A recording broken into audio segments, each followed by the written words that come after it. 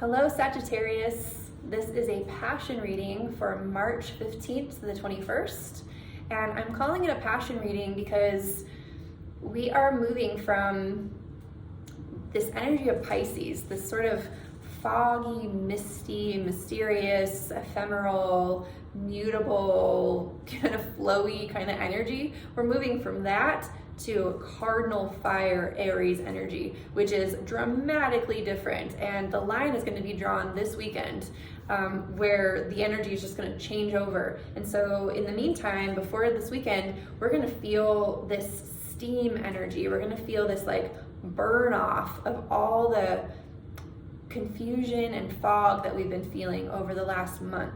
So it's going to reveal passion. We're going to make passionate decisions coming up this weekend, passionate behaviors, passionate actions.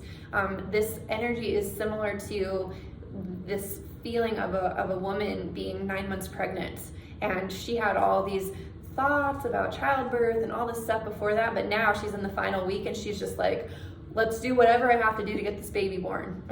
And so you are ready, you are willing, you are like anticipating, you're maybe even a little impatient, but that is the nature of the steam building up so that we are ready to take action when it's time. And I made a whole video on the archetype of Aries, and so you might want to watch that as well. And also, if you're a Sagittarius sun, you're going to want to watch your rising sign also, because that's going to give you even more specific energetics specific for you. So be sure to watch your rising sign as well, Sag.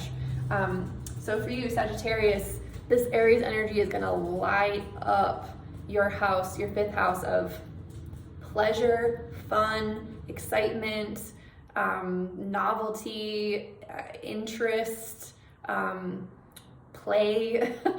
Basically, over Pisces season, you have been really feeling out what home means to you and really getting clear on this concept of home.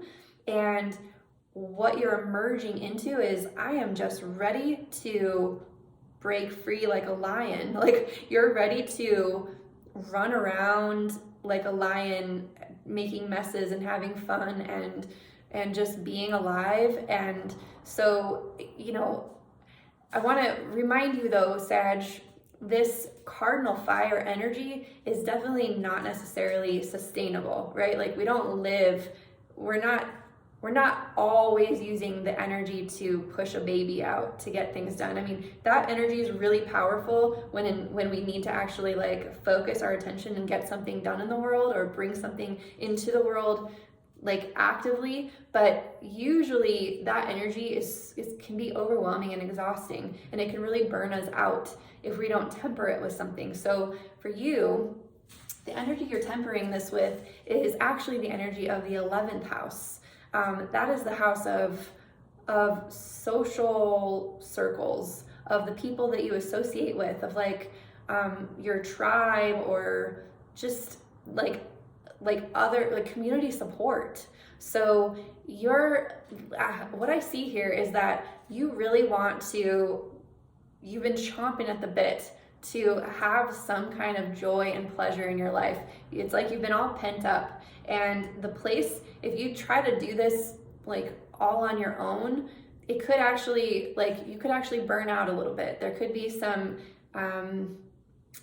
where you just like blow out your resources, you spend a lot of money on something, you go on like a big trip, or you know, you do some high ticket purchase, you buy a bunch of stuff.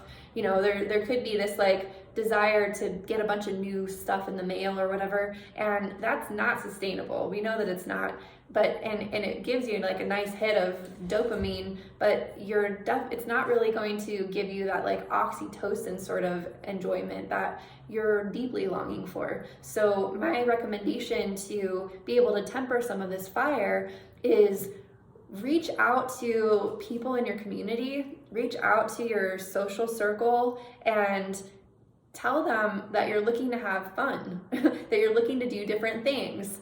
Ask them to help you create some novelty in your life. And then trust that, and that'll be way better on your bank account. That'll be way more sustainable for you emotionally. It's actually going to be the thing that nourishes you even more than new stuff. By all means, get new stuff, right? Like, do the thing that feels exciting and good and fun.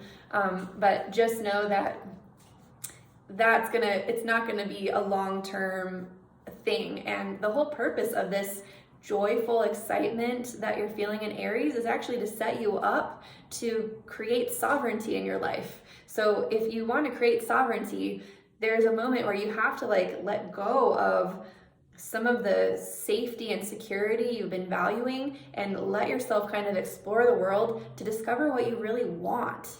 What do you want for your life? That's the big question that's answered in the 5th house. What do you want? What do you do for fun? What do you enjoy? What gives you pleasure?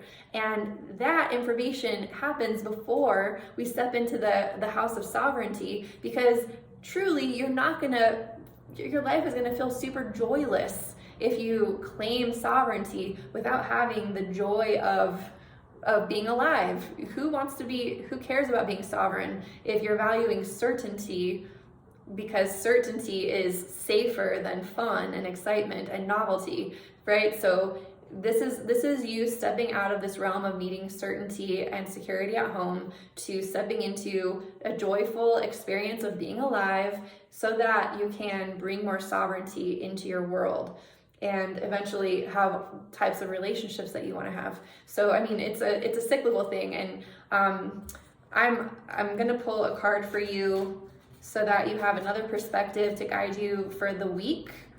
Like I said, it's like that final week where the steam is sort of burning off. And for you, Sag, I pulled the 4 of Swords. So the 4 of Swords, this is like a card of waiting. There's a part of you that this week you're like waiting for, it's like you're resting because you finally know what it is you want to do. And so you're just sort of waiting for the right time. Sometimes they call this card the card of stalemate. And so it's like you've put your sword down, you've laid down, and you're contented in knowing that you know exactly how to use your words and your communication when it's time.